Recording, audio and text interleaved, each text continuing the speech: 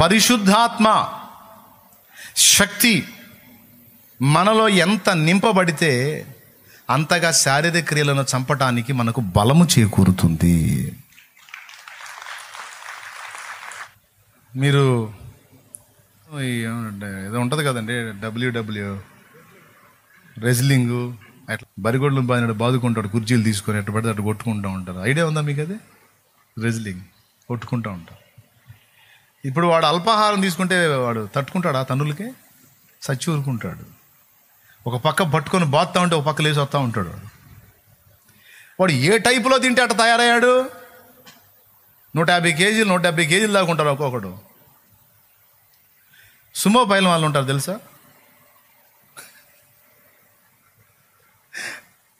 సుమోనా ఇది వాళ్ళ పేరు.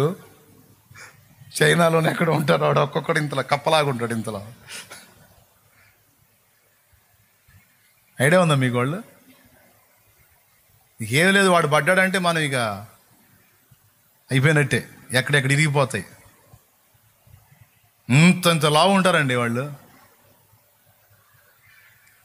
వాళ్ళని చూస్తే అధిక బరువు అన్న సమస్య అనిపించదు మనకు అసలు. మనమేమో గట్టిగా 100 కిలోలకు వచ్చామంటేనే డాక్టర్లు మొత్తుకొని చెబుతారు, చాలా వెయిట్ తగ్గాలని.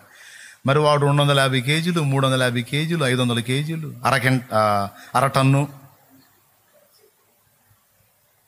మరి వాళ్ళకి ఎందుకు గుండె జబ్బులు రావట్లేదో, వాళ్ళకి ఎందుకు హార్ట్ అటాకులు రావట్లేదో నాకు అర్థం కావట్లేదు. ఇక వాడికి అచ్చంగా అదే పని, దొరికినట్టు తింటమే. తినిక మన వాన పడ్డప్పుడు బయటకు వస్తాయి కప్పలు, భూగర్భంలో ఉండి ఊరి ఇంత లావై భయంకరంగా బయటకు వస్తాయి బాగా వర్షం పడ్డప్పుడు. ఐడియా ఉందా మీకు? చూసారా? వాటిని ఏదో అంటారు ఏ కప్పలో. సేమ్ అట్టు ఉంటాడు వీడు. దేవునికి స్తోత్రం. వాడు రోజుకి ఎన్ని పౌండ్ల ఆహారం తింటుంటాడు ఒక ఎత్తుకొచ్చి. ఇక దొరికింది అన్నట్టు తింటాను. ఇప్పుడు నేను ఆ సంగతి ఎందుకు చెప్పాను? మీరు కూడా ఆ విధంగా తిని కాదు, అందుకు కాదు చెప్పింది.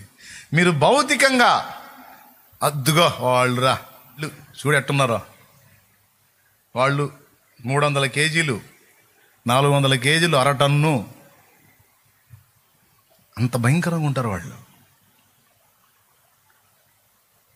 అడ్డుగా చాలరా ఇంక వేరే పుట్ట వద్దురా, సరిపోయాడు వాడు. వాడికి లేదేందండి హార్ట్ అటాక్. దేవునికి స్తోత్రం, హల్లెలూయా. మరి కొంచెం లావ్ అవగానే హార్ట్ అటాక్ అంటే ముందు అసలు సహజంగా వచ్చే హార్ట్ అటాక్ సంగతి అవగానే వీళ్ళు జనాల దెబ్బగా వచ్చేస్తుంది. ఆ సైజులో తయారైనడు వాడు ఎంత వెయిట్ ఉంటాడు మీరు ఊహించండి. అర టన్ను తక్కువ ఉంటాడా? కాట కూడా గడగడలాడిపోద్దాడు ఎక్కితే. దేవునికి స్తోత్రం, అంతున్నాడు చూడు. అయితే స్పిరిచువల్గా ఆత్మ సంబంధముగా మనము అంత బలిష్ఠులం కావాలి. అది ఇక్కడ పాయింట్. ఆత్మ సంబంధంగా అంత బలిష్ఠులం కావాలి. మనమేమో ఆత్మ సంబంధమైన విషయాల్లో బలిష్ఠులం కాకుండా భౌతిక విషయాల్లో బలిష్ఠులమై ఉండున్నట్లు తెంపు లేకుండా రోజుకి 5 సార్లు తింటాం. 3 సార్లు ఫుడ్ తింటాం. మధ్యలో 11ంటికి ఒక రౌండ్, సాయంత్రం 5ంటికి ఒక రౌండ్ అదనపు ఫుడ్. మధ్యలో కాయలు గరుపులు అన్నీ కలిపి రోజు బాడీ ఏమాత్రం తగ్గకుండా బ్యాలెన్స్గా చూసుకుంటూ ఉంటాం. ఇంకా పెరగటమే కానీ తగ్గటాలు ఉండవు. కానీ పౌలు దేహాన్ని చూస్తే ఆశ్చర్యపోతారు. మా బాహ్య పురుషుడు దినదినము కృషించుచున్నను, మా అంతరంగ పురుషుడు దినదినము బలమునొందుచున్నాడు. దేవునికి స్తోత్రం కలుగునుగాక. ఇందాక మా అన్న చెబుతున్నాడు, ఒక దురాత్మ పట్టిన వ్యక్తి దగ్గరికి ఒక బలిష్ఠుడైన సేవకుడు వచ్చాడంట. బలిష్ఠుడైన సేవకుడు ఏసునామూలు అంట.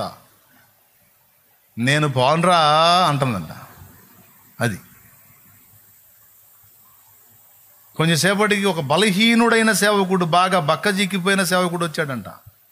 అంటే బక్కోళ్ళంటే భయం అని కాదు దెయ్యానికి, లావోళ్ళంటే భయం లేదని కాదు.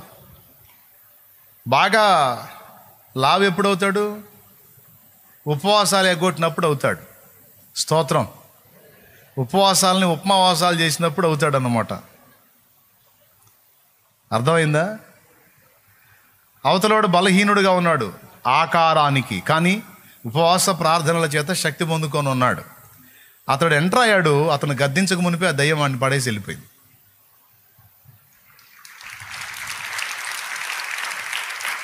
అంటే ఇప్పుడు చెప్పండి, శరీరరీత్యా బలమైన వాడు దయ్యాన్ని గద్దించలేకపోయాడు. ఎందుకు? ఉపవాస ప్రార్థన అనుభవం కోల్పోయాడు. శరీరరీత్యా ఉపవాసం ఉండి బలహీనపడ దేహాన్ని కంట్రోల్ చేసుకొని దేవుని ఆత్మశక్తితో నింపబడి, పౌలు అన్నాడు, బాహ్య దేహం కృషించుచున్నది, ఆత్మీయంగా మేము బలంగా ఉన్నాం. ఎంత అంటే దేవుని ఎదుట దుర్గములను పడద్రోయ జాలి కలిగినంత బలమైన ఆయుధములు కలిగి ఉన్నాం, అంత బలవంతులుగా కూడా మేము ఉన్నామన్నాడు ఆయన. కానీ వెలిచూపులకు చూస్తే పౌలు చాలా బలహీనుడుగా కనపడతాడు. కానీ పుతోను అనే దయ్యం, వాళ్ళందరూ దేవతగా ఆరాధించుకుంటూ ఉన్నారు దాన్ని. పుతోను అనే మాటకి నిఘంటువులో చదివా, నాగమ్మవారు అని రాసింది అక్కడ. ఆ ఆత్మచేత ఒక అమ్మాయి శోధించబడతా ఉంటే ఒకే ఒక గద్దింపు, మళ్ళీ చేతులుంచి ప్రార్థన చేసింది లేదు, పట్టుకొని బాధింది లేదు, కోడాలు తీసుకొని కొట్టింది లేదు. పోతా పోతా దాని వైపు తిరిగి, యేసు నామములో నీకు ఆజ్ఞాపిస్తున్నాను, ఆ బిడ్డని విడిచిపో అన్నాడు. అంతే, ఇంకా అక్కడ పడేసి వెళ్ళిపోయింది. బాహ్యరీత్యా బలహీనుడుగా కనపడుతున్న పౌలు ఆజ్ఞాపిస్తే దయ్యాలు పారిపోయినాయి. ఇందాక సంభాషణలో ఈ మాటలు డిస్కషన్ చేసుకున్నాం. ఒక మాట చెప్తా, మంచి మాట, ఆణిముత్యం లాంటి మాట. యేసు ప్రభు తండ్రితో గంటల గంటలు గంటల గంటల గంటల గంటల గంటల గంటలు గడిపాడు, పూటలు పూటలు గడిపాడు. ఆయన లైన్లోకి వస్తే దయ్యాలు క్షణాల్లో పారిపోయినాయి, రోగాలు క్షణాల్లో పారిపోయినాయి, సమస్యలు క్షణాల్లో పారిపోయినాయి. దేవునితో ఎక్కువ సమయం ఉన్నందున ఆ శక్తితో నింపబడి ఈ లైన్లోకి వస్తే దయ్యాలు, రోగాలు, సమస్యలు క్షణాలలో పారిపోయినాయి. ఎక్కడ గంటలు ఎక్కువ గడిపితే. ఇప్పుడు దేవుని దగ్గర క్షణాలు నిమిషాలు గడిపి శక్తిహీనులై బయటికి వచ్చి వాటిని వెళ్ళగొట్టడానికి చూస్తే గంటలు, రోజులు, సంవత్సరాలు, నెలలు పడుతుంది, వారాలు తిరగాల్సి వస్తుంది కొంతమంది. స్తోత్రం. చూడు ఎంత ఫరక్ ఉందో, ఎంత తేడా ఉందో చూడు. భలే మాట కది, రాసుకోవాల్సిన మాట తెలివైన వాళ్ళు. దేవునితో గంటల గంటల గంటల గంటల గడిపిన వాడు సామాన్య మనుషుల మధ్యలోనికి వచ్చి తను ఆజ్ఞాపించినప్పుడు దయ్యాలు క్షణాలలో పారిపోయినాయి, సమస్యలు క్షణాలలో వదిలినాయి, రోగాలు క్షణాలలో వదిలిపోయినాయి. దేవునికి తక్కువ సమయం ఇచ్చి శక్తితో నింపబడని వాడు వచ్చి మొత్తుకున్నా పని కావటల్లా. ఎందుకైంది? శక్తి ఏది? శరీరాన్ని జయించడానికి తనకే శక్తి లేదు, తను గెలవటమే కష్టమైతే ఇంకా లోకస్తుల్ని బాగు చేసేది ఎక్కడ? ఇతరులను మండించేది ఎక్కడ? ఇతరులను స్వస్థపరిచేది ఎక్కడ? ఇతరులకు విడుదల ఇచ్చేది ఎక్కడ? ముందు ఈయన నిలవడమే కష్టమైందే. కారణం దేవునికి ఎక్కువ టైం ఇవ్వకపోవటం, దేవుని దగ్గర నిరుపు నిదానం కలిగి కూర్చోకపోవటం, దేవుని దగ్గర రోజులు రోజులు గడిపిన మోషే ముఖ చర్మం ప్రకాశించింది. అరే దానికి అసలు విలువ ఇవ్వకుండా అంత పై పైన తిరుగుతా కార్యాలు జరగాలంటే ఎట్లా జరుగుతాయి బాబు? అది విశ్వాసులకైనా సేవకులకైనా జరగదు.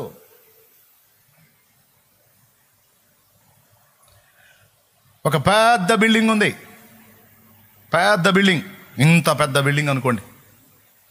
అందులో పెద్ద పెద్ద లైట్లు ఉన్నాయి, ఫ్యాన్లు ఉన్నాయి, వందలాది ఫ్యాన్లు ఉన్నాయి, ఏసీలు ఉన్నాయి, అన్నీ ఉన్నాయి, అన్ని క్వాలిటీ కంపెనీ ఐటమ్. కానీ ఒక్కటి పని చేయట్లా. అదేంది? అన్ని బ్రాండెడ్ అయింది, ఒకటి పని చేయకపోవడం, పని చేయట్లే. ఎందుకు తెలుసా? వీటన్నిటినీ తిప్పగలిగే శక్తినిచ్చేటువంటి విద్యుత్కి కనెక్షన్ ఇవ్వాల. స్తోత్రం. ఇంకెట్లా? ఎంత బ్రాండెడ్ ఆ వస్తువైనా, ఎంత కంపెనీ ఐటమ్ అయినా, ఎంత పెద్దదైనా చిన్నదైనా, పవర్ సప్లై లేనప్పుడు అవన్నీ అంతే ఆగిపోతాయి. ఒక పవర్ మెయిన్ లైన్తో ఒక లింక్ ఇచ్చామంటే మొత్తం సర్రమని తిరుగుతాయి. స్తోత్రం. ఇప్పుడు సేవకులు కానీ విశ్వాసులు కానీ ఎవరైనా సరే చాలా వరకు మెయిన్ లైన్తో కనెక్షన్ కట్ చేసుకొని ఉన్నారు. కనెక్షన్ ఏర్పాటు చేసుకోవాలా. దేవుని దగ్గర నుండి శక్తి పొందుకోవాలి. ఆ శక్తి మనం నిలబడటానికి, ఇతరులను నిలబెట్టడానికి ఉపయోగపడుతుంది. ఆ విలువని గుర్తుపట్టాలి. వినేటప్పుడు బాగానే ఉంటుంది, అరే కరెక్టే కదా అనిపిస్తుంది, తీర్మానాలు కూడా జరుగుతున్నాయి. కానీ 2-3 రోజులను ఇది మర్చిపోయేటట్టు చేస్తున్నాడు సైతాను. అలా కాకుండా దీన్ని గ్రహింపులో పెట్టుకొని సాధన చేస్తే ఎట్లుంటుందో ఊహించండి ఒక్కసారి. పరిశుద్ధాత్మను నింపుకునేటట్లు ఈ పైలవాన్లు దొరికినట్టు తిని 50 కేజీలోడు 500 కేజీలు అయినట్టు దేవుని వాక్యాన్ని తినాలి, ప్రార్థన అనుభవంలో కొనసాగాలి, దేవునికి సంబంధించిన విషయాలతో నింపుకుంటా ఉండాలి. పరిశుద్ధాత్మ అందించే విషయాలన్నింటినీ నింపుకుంటా ఉండాలి. అది జరగాల్సింది. తిండి పిచ్చి, నిద్ర పిచ్చి, లోక భోగాల పిచ్చి, లోక ఆశల పిచ్చి, లోక వ్యామోహాల పిచ్చిలో ఉన్నోడు వాడు బాగుపడటమే కష్టం. ఇక లోకుల్ని ఏం బాగు చేస్తాడు? తను బాగుండి లోకుల్ని బాగు చేయాలంటే ముందు తను సరిచేయబడాలి. ఆ వ్యామోహాల్లోంచి ముందు బయటికి రావాలి. మితముగా నామమాత్రంగా లోకంలో ఉన్నామంటే ఉన్నామట్టు ఉండాలి. ఎక్కువ శాతం దేవుని ఆత్మ సంబంధమైన విషయాలు లోపలికి నింపుకుంటూ ఉండాలి. పౌలన్న మాట అనాలి, మా బాహ్య పురుషుడు అంటే మా బయటి కనబడుతున్న దేహం దినదినము కృషించుచున్నను, మా అంతరంగ పురుషుడు దినదిన ప్రవర్ధమానముగా వర్ధిల్లుచున్నాడన్న మాట మనం మాట్లాడాలి. ఆ మెట్టుకు రావాలి.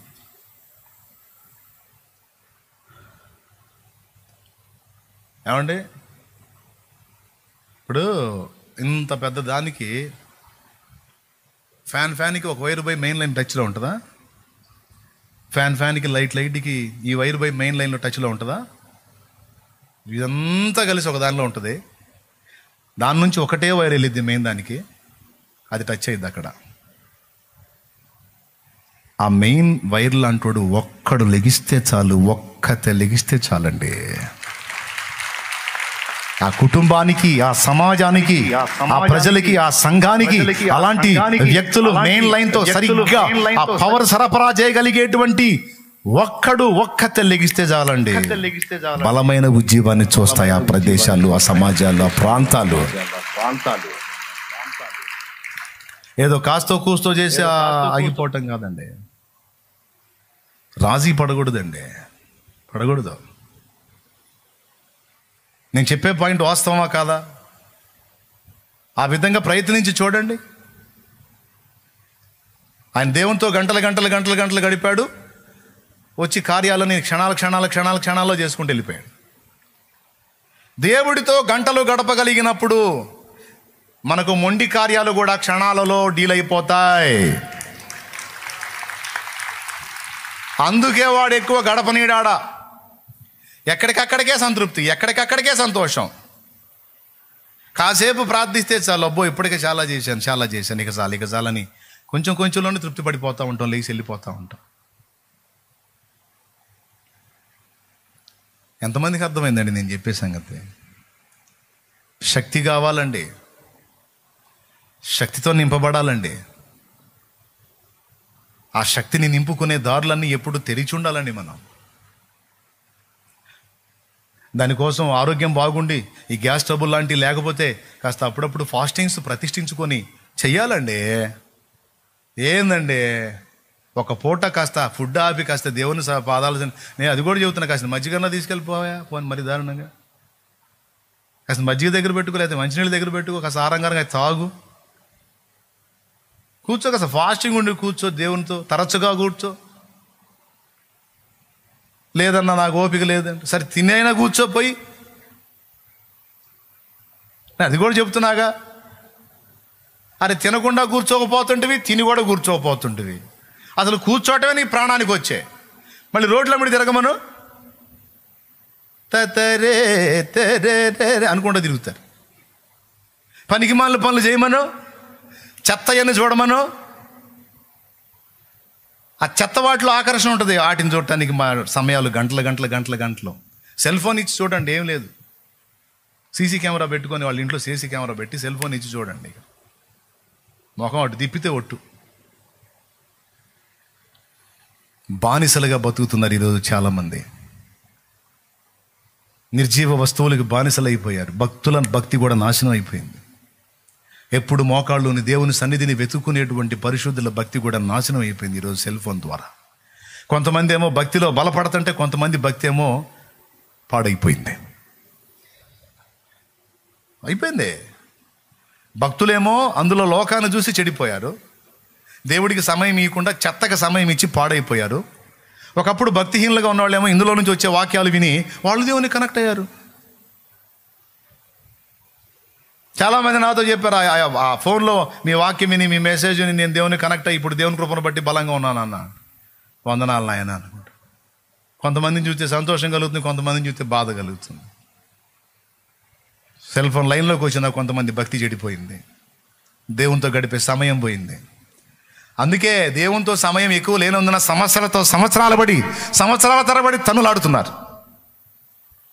ఓపెన్గా చెప్తున్నా, సమస్యలతో సంవత్సరాల తరబడి గుంజులాడుతూ ఉన్నారు, పోరాడుతూ ఉన్నారు. యేసయ్య సంవత్సరాల తరబడి పోరాడా? అపోస్తలులు సంవత్సరాల తరబడి పోరాడారా సమస్యలతో? క్షణాలే, నిమిషాలే. మొండి సమస్యలు కూడా క్షణాలలో వాళ్ళను వదిలిపోయినాయి, నిమిషాలలో వదిలిపోయినాయి. కారణం, వారు దేవునితో ఉండటం నేర్చుకున్నారు. అపోస్తలులు నేర్చుకున్నారు, ప్రభు చేశాడు ఆ పని. పాత నిబంధన ప్రవక్తలు చేశారు, భక్తులు చేశారు.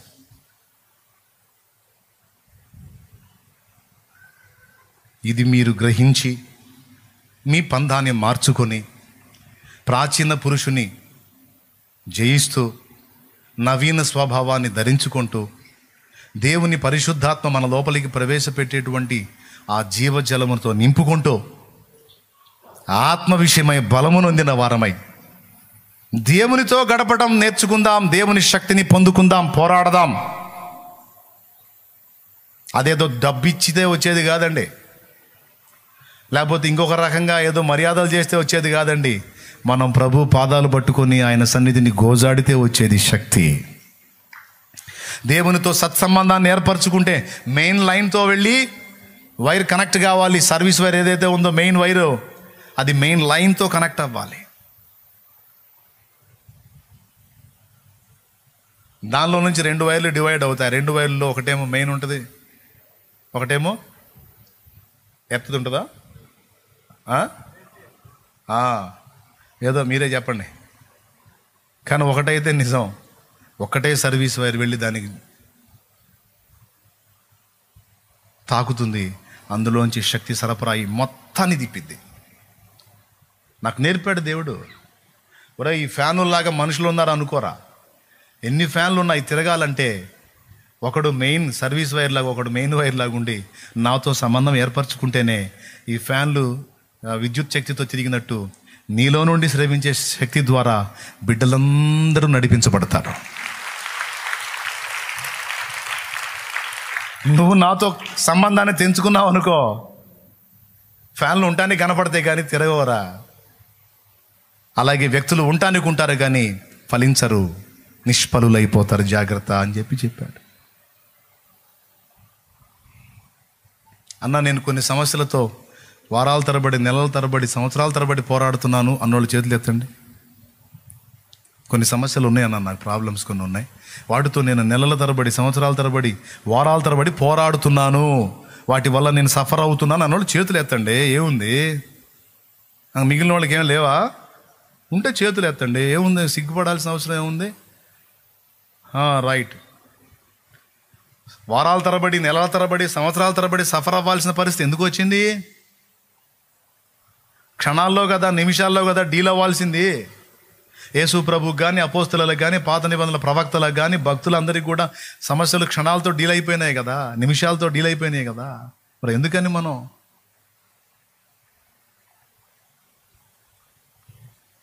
ఎందుకు చెప్పనా? ఇప్పుడు నేను అక్కడ ఎత్తు కుర్చీ ఒకటి వేసుకొని ఆ ఫ్యాన్ నేనే తిప్పాను అనుకో, ఎన్ని సంవత్సరాలు తిప్పితే గాలి రావాలి కిందకి? అట్టుంది మన బతుకు. పట్టుకోవాల్సినోడు పట్టుకోవాలి, కార్యాన్ని నెరవేర్చాల్సినోడు నెరవేర్చాలి, కదలాల్సినోడు కదలాలి మన కోసం. ఆయన కదలాలంటే మనం పని చాలించాలి. మనం పని చేసినంత వరకు దేవుడు సరే పా అంటాడు. పరిగెత్తుతున్నావుగా తెగ పొద్దున్న నుంచి, నిద్ర లేవగానే పరిగెత్తున్నావుగా సరిపో అంటాడు. నిద్ర లేవగానే పరిగెత్తాల్సింది అటు కాదు, ఆయన పాదాల దగ్గరికి పరిగెత్తాలి. ఆయన పాదాల దగ్గర సాష్టాంగ పడి ఆయనను కదిలించడం నేర్చుకోవాలి. అక్కడ సఫలం కావాలి మనం. ఆయన కదలాలి, అప్పుడు నీ కొండలాంటివి కూడా డీల్ అయిపోతాయి. దేవుణ్ణి కదిలించటం నేర్చుకోవాలి. అరే వదిలేశారండి, ఈరోజు వదిలేశారా? పట్టించుకోవటమే మానుకున్నారు. నేను చూస్తూ ఉంటాను. నాకు ఏ కొంచెం అవకాశం దొరికినా పోయి ప్రార్థన తోటలో ఉంటాను, ప్రార్థనలో దేవునితో ఉంటాను. అక్కడికి వెళ్ళానంటే దేవుడికి ముందే చెప్తాను, నాకు ఇక్కడికి వచ్చానంటే నీతో గడపడానికి వచ్చాను ప్రభువా, నీకు స్తోత్రం అని. కూర్చుంటాను, నడుస్తాను, ఆ మంచి ఎక్కుతాను, మాట్లాడుకుంటూ ఉంటాను. నేను ఆయనతో, ఆయన ఆలోచనలు, ఆయన తలంపులు, ఆయనతో వ్యవహరిస్తూ ఉంటాను. నాలాంటి పిచ్చోళ్ళు ఎవరైనా తగులుతారేమో చూస్తూ ఉంటా. అంటే నేను గొప్పవాడిని కాదు, ఈ ఆకలి నాకుందా, ఇంకా నాలాంటి ఆకలి ఇంకెవరికన్నా ఉందా అని వెతుక్కుంటా. ఎవరన్నా అందులో కనపడ్డారంటే వాళ్ళకి నా హృదయంలో చాలా స్థానం, గొప్ప స్థానం ఉంటుంది. మళ్ళీ వచ్చిన వాళ్ళు నన్ను ఎత్తుక్కుంటా నా దగ్గరకు వచ్చారనుకో, సిరాకు పుట్టిద్ది. అన్నయ్య వందనాలు అన్నయ్య, నీకోసమే వచ్చాను అన్నయ్య అంటే చిత్ర పుట్టిద్ది. ఖచ్చితంగా నేను కనపడ్డా నా దగ్గర రాకూడదు, వెళ్ళి మోకాళ్ళు వేయాలా ప్రభువా అని. వాళ్ళు నాకు ఇష్టం, వాళ్ళు కావాలా, అట్లాంటి వాళ్ళు కావాలా. కొంతమంది అట్ట కాదు, పొద్దున్న నుంచి సాయంత్రం దాకా అయినా సరే నేను ఆ మంచి దిగిందాకా అట్టనే ఉంటా. అయ్యో అన్నయ్య దిగాడా, మంచి దిగలేదా, 4 గంటలు అయిందయ్యో వచ్చి, ఏం కర్మ, ఏం దరిద్రం. ఈ 4 గంటలు దేవుని ముందు మోకాళ్ళు వేస్తే ఇంటికాడ నుంచి ఫోన్ వచ్చేది ఆ సమస్య తీరిందని. తెలివి తక్కువతనం కదా. 4 గంటలు నా కోసం, ఒక మనిషి కోసం నిరీక్షించకపోతే ఆ 4 గంటలు ఏసయ్యా నువ్వు కదులు అని మోకాళ్ళు వేస్తే ఎంత బాగుండేది. సరే మోకాళ్ళు లేవు, నిలబడి ఏసయ్యా ఇదిగో నీ కార్యం కోసమే నిలబడ్డానయ్యా అంటే ఎంత బాగుండేది. శాలేమరాజు అక్కడ ఉంటాడు మంచి మీద, కానీ ఏసయ్య పోయి కార్యం చేసేవాడు కదా.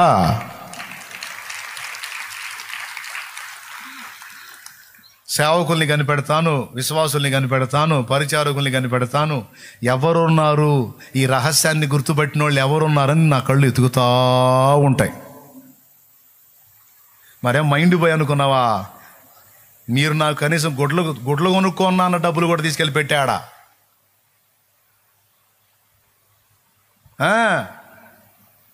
బంగారు వస్తువులు తీసుకొచ్చి ఇచ్చారు నువ్వు పెట్టుకోవాలని, వాళ్ళ అభిమానం.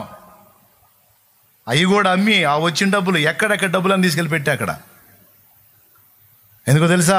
ఏకాంతంగా నా బిడ్డలు దేవుణ్ణి కలుసుకోవడానికి ఒక రమ్యమైన చోటు కావాలని.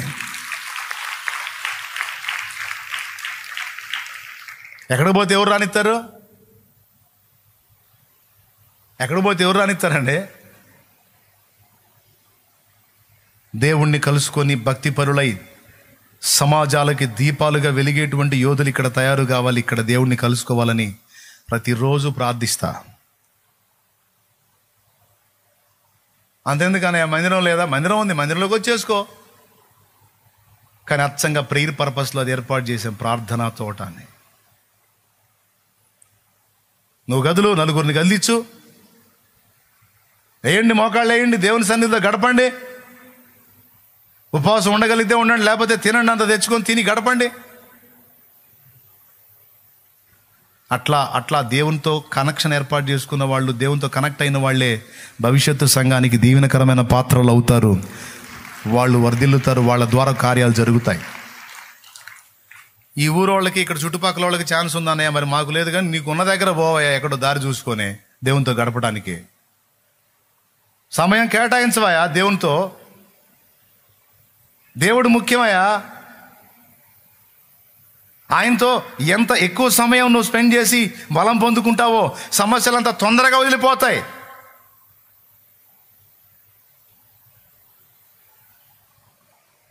మోషేను చూసినా, ఏలియాను చూసినా, ఎలీషాను చూసినా, ఎలీషా ఏ కొంచెం అవకాశం దొరికినా వీళ్ళు మోకాళ్ళు వేస్తాడు. పేతురును చూడు, కింద ఆహారం వండుతూ ఉన్నారు, రెడీ చేస్తూ ఉన్నారు, ఖాళీ కూర్చోవచ్చు. ఆ వండే వాళ్ళతో మీటింగ్లు వేసుకుంటా, అమ్మా చపాతీలో నాటుకోడి వేసుకొని తింటే ఉంటుందే, అబ్బో ఆ టేస్టే అనుకుంటూ కూర్చోవచ్చు అక్కడ, పనికి మళ్ళీ మీటింగ్ వేసుకొని. అట్లా కూర్చోలా, మిద్దె మీదకి ఎక్కాడు. మిద్దె మీదకి ఎక్కి మోకాళ్ళు వేసాడు. మోకాళ్ళు వేసి ప్రభువా అన్నాడు. దేవుడు దర్శనం, 4 చెంగులు పట్టి కిందికి దింపినటువంటి ఒక దుప్పటి వంటిది కనపడింది. దానిలో చతుష్పాద జంతువుల యొక్క ఆకారాలు కనపడ్డాయి. ఈయన ఆకలి కొని ఉన్నాడు. పేతురు అదిగో దాన్ని చంపుకొని తిను అన్నాడు. దేన్ని? అపవిత్రమైన జంతువుని చూపించి. పేతురు అన్నాడు, ప్రభువా అపవిత్రమైన దాన్ని నేను ముట్టనని నీకు తెలుసు కదా, ఇంతవరకు అపవిత్రమైనది ఏది నా నోట పడలేదు అన్నాడు. అప్పుడు దేవుడు అన్నాడు, దేవుడు పవిత్రపరచిన వాటిని అపవిత్రమని ఎంచకూడదు అన్నాడు. దేవునికి స్తోత్రం కలుగును గాక. అట్లా ముమ్మారు ఆ దర్శనాన్ని ఇచ్చాడు.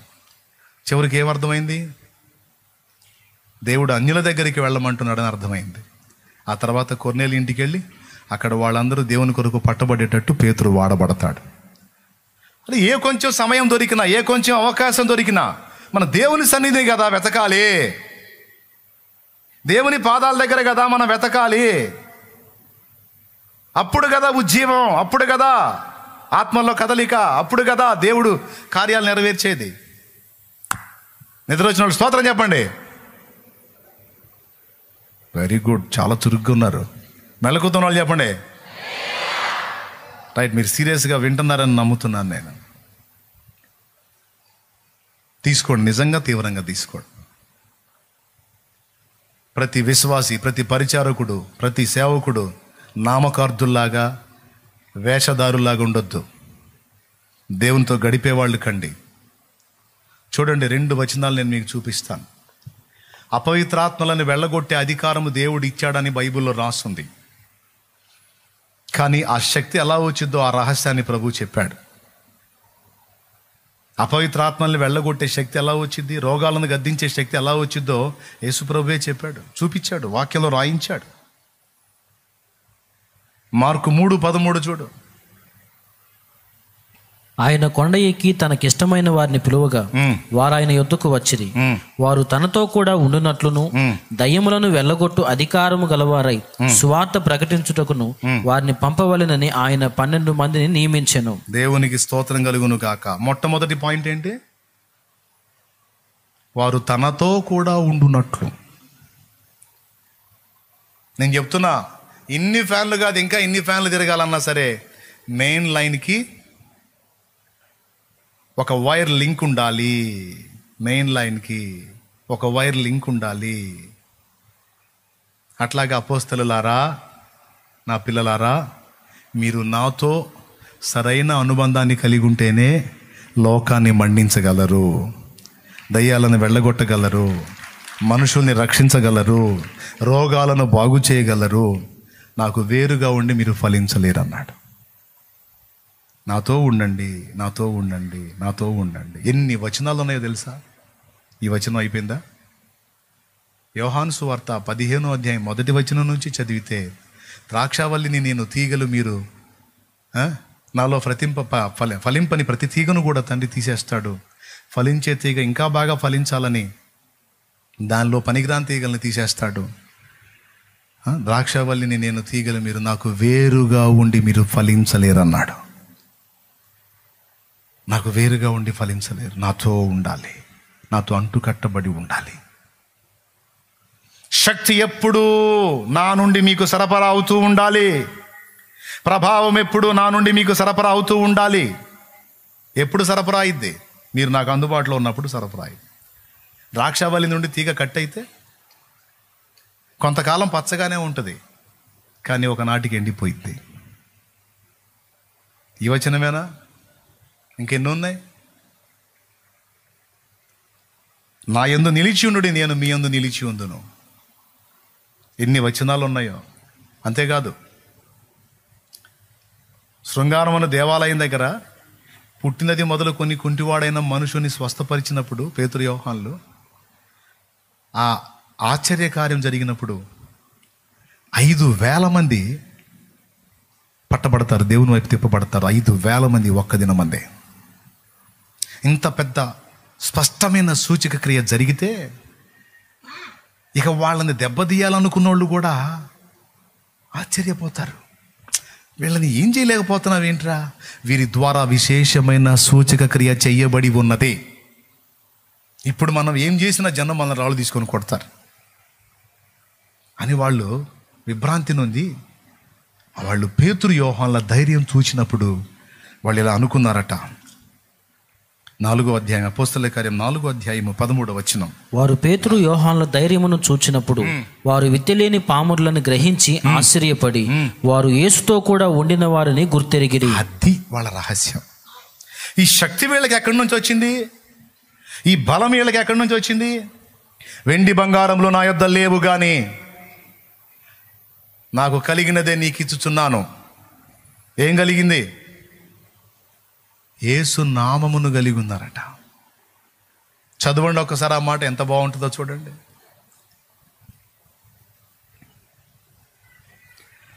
యేసుతో సహవసించేవాడు యేసునే కలిగి ఉంటాడు. 3వ అధ్యాయం 4వ వచనం. పేతురును యోహాన్ను వారిని తేరి చూచి మా తట్టు చూడమనిది. వాడు వారి యొద్ద ఏమైనా దొరుకునని కనిపెట్టుచు వారి యందు లక్ష్యం ఉంచాను. అందరూ ఒకసారి స్తోత్రం చెప్పండి, గట్టిగా చెప్పండి, ఇంకోసారి చెప్పండి. ఇప్పుడు వినండి. అంతటా పేతురు, వెండి బంగారములు నా యొద్ద లేవు గాని నాకు కలిగినదే నీకు ఇచ్చుచున్నాను. ఏం కలిగింది ఆయనకి? నజరేయుడైన యేసుక్రీస్తు నామమున నడువుమని చెప్పి వాని కుడి చెయ్యి పట్టుకొని లేవనెత్తెను. వెంటనే వాని పాదములను చీలమండలమును బలము పొందెను. అది యేసు నామములోని శక్తి పొందుకున్నారు. ఏం పొందుకున్నారు? సంవత్సరాల తరబడి ప్రాకులాడుతున్నావు సమస్యల నుంచి విడుదల కొరకు. సమస్యలతోనే ప్రాకులాడుతున్నావు కానీ సమయం దేవుడికి ఇవ్వాల. అందుకే కానీ నేను దేవుని తెలుసుకున్న తర్వాత సమస్యలన్నిటికీ పరిష్కారం యేసయ్య చేతిలో ఉందని నాకు అర్థమైంది. ఆయన్ని కదిలిస్తేనే ఏదైనా జరిగిద్దని ఆయన్ని కదిలించడం మొదలుపెట్టా. అన్నీ ఒక్కొలికి వచ్చినాయి. ఇప్పుడు కూడా నాకు పెద్ద అవసరం ఉంది. ఇప్పుడు అది ఉంది. వాళ్ళు ముందుకు వచ్చారనుకో ఒకవేళ తక్కువలో తక్కువ వేసుకున్న చాలా ఇద్ది. నాకు చాలా కావాలా. ఎందుకంటే చుట్టుపక్కల ఏర్పడేటువంటి బ్రాంచ్ సంఘాలన్నిటికీ ఇది మెయిన్ అవుతుంది, హెడ్ క్వార్టర్ అవుతుంది. ఇక్కడ చుట్టుపక్కల బ్రాంచీల నుంచి ఒకవేళ దేవుని పని కొరకు సంపూర్ణంగా సమర్పణ చేసుకున్న వాళ్ళు కూడా వచ్చి ఇక్కడ ఉండాల్సి వచ్చింది. ఇక్కడ కట్టడాలు కొన్ని నిర్మాణాలు చేయాల్సి వచ్చింది, కొన్ని వసతులు ఏర్పాటు చేయాల్సి వచ్చింది. ఇప్పుడు కనపడ్డ ఈ డెవలప్ కాదు, దీనికి 2 3 4 ఇదంతా డెవలప్ కావాలి. ఎందుకంటే ఇప్పటికీ ఇంచుమించు 200 ప్రాంతాల్లో సంఘాలు స్థాపించబడ్డాయి. మరి ఇక్కడ అన్ని ఏర్పాట్లు చేయాలి. ఒకటొకటి చేసుకుంటూ వస్తానా. పెద్ద పని ఉంది. ఆ పెద్ద పనికి పెద్ద మొత్తం కావాలి. ఆ పెద్ద మొత్తానికి జనాల దగ్గర పోయి దేహిని అడుక్కోవాలా? ఎవరిని అడిగే ప్రసక్తి లేదు, ఎవరిని లెక్క చేసే ప్రసక్తి లేదు. మోకాళ్ళు వేయాలి, దేవుని పాదాలు పట్టుకోవాలి, దేవుడు కదలాలి, కార్యాలు జరగాలి, అంతే. హల్లెలూయా. ఫస్ట్ నుంచి అదే నిబంధనతో ఇన్ని మైళ్ళు ప్రయాణం చేసుకుంటా వచ్చా. మోకాళ్ళు వేయటం, ఆయన కదిలించటం, ఆయన కార్యాలు చేయటం. సమస్యలు వచ్చినా కూడా మోకాళ్ళు వేయటం, ఆయన కదిలించడం, ఆయన డీల్ చేయటం. ఒక్కటే ప్రార్థన, ప్రార్థన, ప్రార్థన, ప్రార్థన. ఆయన ఆయన ఆయన. ఓ ఎన్ని కార్యాలో. కాబట్టి ఇప్పుడు ఏం నేర్చుకున్నారు ఈరోజు మీరు? బాహ్య పురుషుడు బలహీనపడిన ఆంతర్య పురుషుని దినదిన ప్రవర్ధమానంగా బలపరుచుకోవాలి. ఓకే. ఫిలిప్పులు పేతురు యోహానులకు ఇవ్వవలసిన రెస్పెక్ట్ని వాళ్ళకి ఇవ్వాలి. సీమోన్లు ఏం చేయాలి? ఫిలిప్పుతో కాంటాక్ట్ అవ్వాలి. ఓకే. వీటన్నిటితో పాటు శక్తి యొక్క రహస్యం ఎక్కడుంది? దేవుని దగ్గర ఉంది. దేవుని దగ్గర మనం గంటలు గడపగలిగితే సమస్యలు నిమిషాల్లో డీల్ అయిపోతాయి. దేవుని శక్తిని పొందగలిగితే సంవత్సరాలు పీడించిన మొండి దయాలు కూడా జనాల్ని క్షణాల్లో వదిలిపెట్టిపోతాయి. నాయకులు, విశ్వాసులు అందరూ రోషం తెచ్చుకోండి, సిగ్గు తెచ్చుకోండి, పట్టుబట్టండి, నలిగిపోకండి. కోల్పోయిన ఆత్మీయతను తిరిగి పుంజుకోండి, తిరిగి పొందుకోండి. దేవునితో సత్సంబంధాన్ని ఏర్పరచుకోండి. రండి, దేవుని దగ్గర పెనుగులాడండి. ఏ కొంచెం అవకాశం దొరికిన ఆత్మ సంబంధంగా ఆలోచన చేయండి. ఒకవేళ సెల్ ఫోన్ నువ్వు వాడినా కూడా అందులో దేవుని మాట, దేవుని పాట, దేవుని పలుకు, దేవుని స్వరం. నీ ఇష్టం. సింపుల్ మ్యాటర్, పెద్ద లోతైన సబ్జెక్టే నేను చెప్పాలా, ఈజీగా అర్థమయ్యే మ్యాటరే చెప్పా. మీ ఇష్టం. దాన్ని ఫాలో అవుతారో, ఇక్కడే దులిపేసి ఇంటికి పోతారో నాకు సంబంధం లేదు. నేనైతే దేవుడు నాతో పలికిన ప్రతి మాట చేత రేపబడి రోషం కలిగి అలా ప్రయత్నం చేయాలని నేనైతే నిర్ణయించుకున్నాను. నా వంతు నేను ప్రయాసపడుతున్నాను, దేవుని కార్యాలు చూస్తూ ఉన్నాను. మీకు కూడా అదే నేర్పుతున్నాను. అనుసరించారా? ధన్యులు అవుతారు. సేవకులు, విశ్వాసులు, పరిచయాలు మొత్తం చెప్పే సమయంలో మార్పు రావాలి. ఇంకా ఎక్కువ మనం దేవునికి సమీపం కావాలి, శక్తి పొందుకోవాలి, దేవుని బలం అడగాలి. నేను నమ్మిన వానిని ఎరుగుదును, సిగ్గుపడనెన్నడు. నేను నమ్మిన వానిని ఎరుగుదును, సిగ్గుపడనెన్నడు, సిగ్గుపడనెన్నడు. నన్ను బలపరచువాని అందే సమస్తము నే చేయగలను. నన్ను బలపరచువాని అందే సమస్తము నే చేయగలను. నేను నమ్మిన వానిని ఎరుగుదును, సిగ్గుపడనెన్నడు. నేను నమ్మిన వానిని ఎరుగుదును, సిగ్గుపడనెన్నడు, సిగ్గుపడనెన్నడు. నన్ను బలపరచువాని అందే సమస్తము నీ చేయగలను. నన్ను బలపరచువాని అందే సమస్తము నీ చేయగలను. ఎంతమందికి అర్థమైంది చెప్పిన సంగతులు? సూటిగా సుత్తి లేకుండా డైరెక్ట్గా పాయింట్ మీకు వచ్చేటట్టు చేశాను. దేవుడు కూడా సాయం చేశాడు. ఒక విలువైన సమాచారం మీకు ఇచ్చానని అనుకుంటున్నాను. తర్వాత మీ ఇష్టం. ఇక్కడెక్కడే దులిపేసిపోయి మళ్ళీ ఎప్పుడు కాలి టిట్టని బతుకుతారో. లేదు, నేను కోల్పోయిన పాయింట్ను దేవుడు నాకు అందించాడు, నేను పశ్చాత్తాపడుతున్నాను, నేను సరిగ్గా మారు మనసు పొందాలి, నేను మళ్ళీ దేవునితో తిరిగి కనెక్ట్ అవ్వాలి అని తిరిగి దేవునితో సత్సంబంధం ఏర్పరచుకొని మళ్ళీ మన్నటం మొదలు పెడతావు. నిర్ణయం నీదే. కానీ పవర్ సరఫరా కాకుండా ఎన్ని ఫ్యాన్లు ఉన్నా తిరగవు, ఎన్ని లైట్లు ఉన్నా వెలగవు. ఫ్యాన్లను తిప్పేది, లైట్లను వెలిగించేది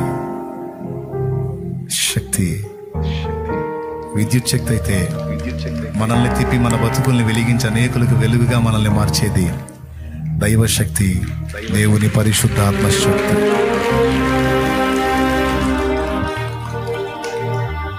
ఇంకా ఎవరి చేతుల కోసమో నువ్వు దయ చూపాల్సిన, ఎవరి దయ కోసమో నువ్వు వెంపలాడాల్సిన అవసరంలా, ఎవరి చేతుల కోసం నువ్వు ప్రాకులాడాల్సిన అవసరం.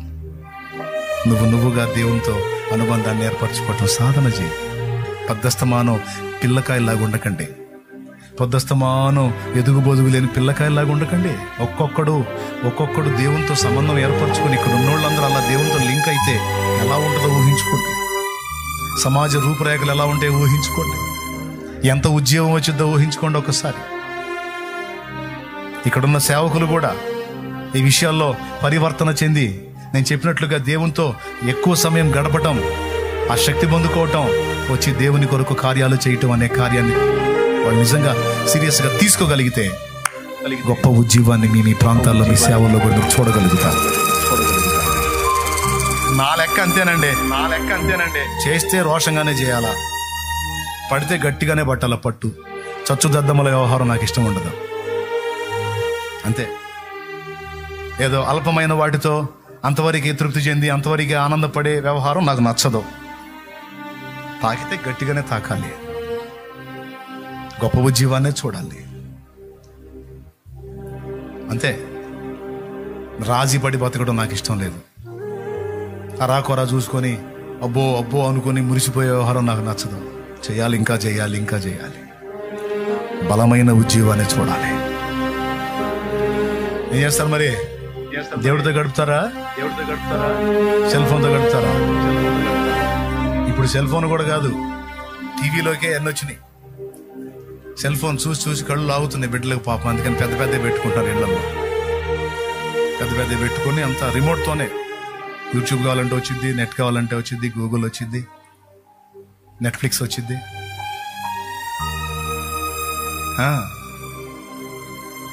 తెలుసా మీకు? వచ్చింది.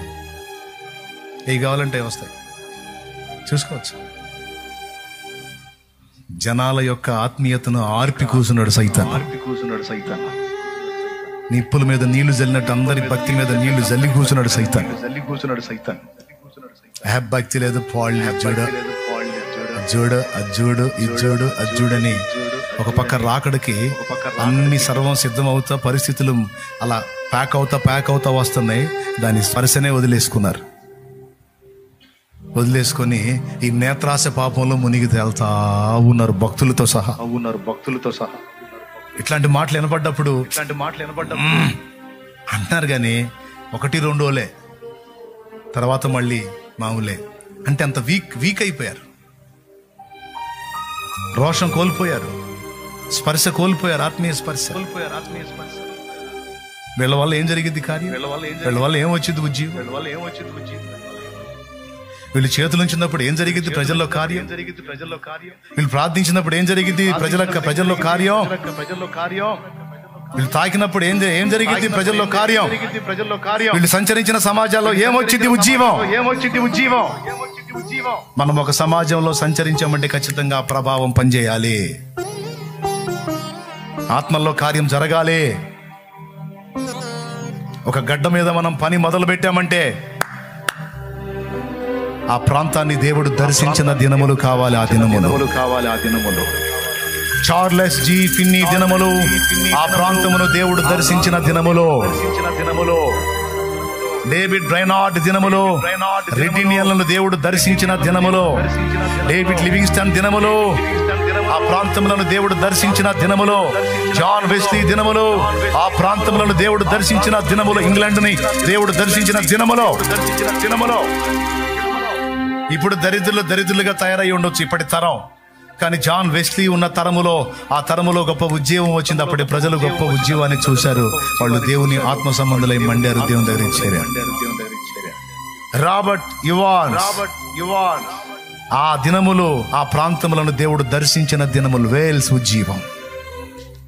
మన దినములు కూడా మన ప్రాంతములను, మన ప్రదేశాలను దేవుడు దర్శించిన దినములుగా మారాలంటే నేను చెప్పిన పందాల్లో మనం అడుగులు వేయాలి, శక్తితో నింపబడాలి, దేవుని ప్రభావంతో నింపబడాలి, దేవునితో ఉండాలి.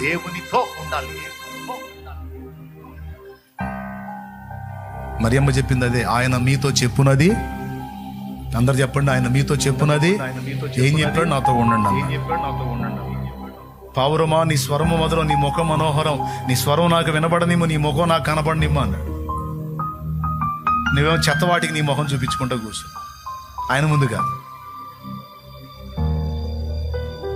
పనికిమాలిన స్థలాల్లో కూర్చుంటున్నావు నువ్వు, పనికిమాలిన వ్యాపకాల్లో కూర్చుంటున్నావు నువ్వు. నో నో నో, దేవునికి చూపించు నీ ముఖం. ఆ ముఖానికి వెలుగు వస్తుంది. దేవునికి వినిపించు నీ స్వరం. ఆ స్వరానికి దేవుడు అధికారం ఇస్తాడు. అది మాట్లాడినప్పుడు కార్యాలు జరుగుతాయి. లే, పైకి లేచి నిలబడు.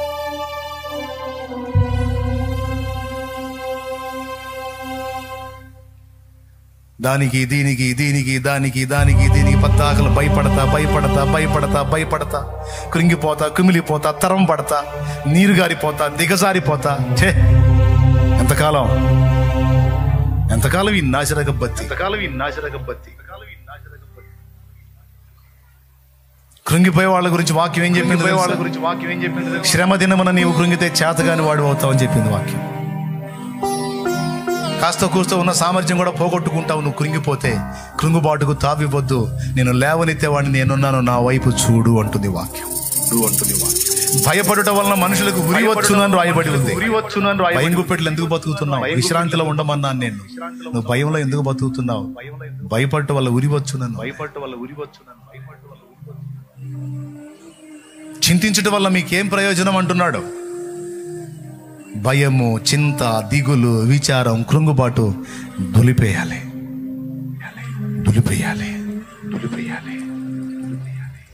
సరిచేయబడాలి. విషన్న వదనాలతో ఉంటాం కాదు. దేవుని ప్రకాశము, దేవుని ఆనందం, దేవుని ముఖ ప్రకాశం మన ముఖాల్లో తేజరెళ్ళాలి. నువ్వే కృంగిపోయి, దిగులు పడి, విచారపడి, నీరు గారిపోయి భయపడతా ఉండి నువ్వు సమాజాన్ని ఏం ప్రభావితం చేస్తావు? నీ బొంద ఏం ప్రభావితం చేస్తావు? నీ ముఖంలో దేవుని వెలుగు ప్రసరించాలి. ఎప్పుడన్నా చూడు ఆ తల్లి ముఖం ప్రకాశిస్తూ ఉంటుంది. ఆమె సమస్యలు లేవా, ఇరుకులేవా, ఎన్నన్నా ఉండనే లెక్క కూడా చేయొద్దు. దేవుని బట్టి ఆమె ధైర్యంగా ఉంటది. ఎప్పుడు దేవుని అందరి విశ్రాంతిలో ఉంటది. ఆమె విశ్వాసము గలది. కార్యాలు కూడా దేవుడు అంతే చేస్తాడు.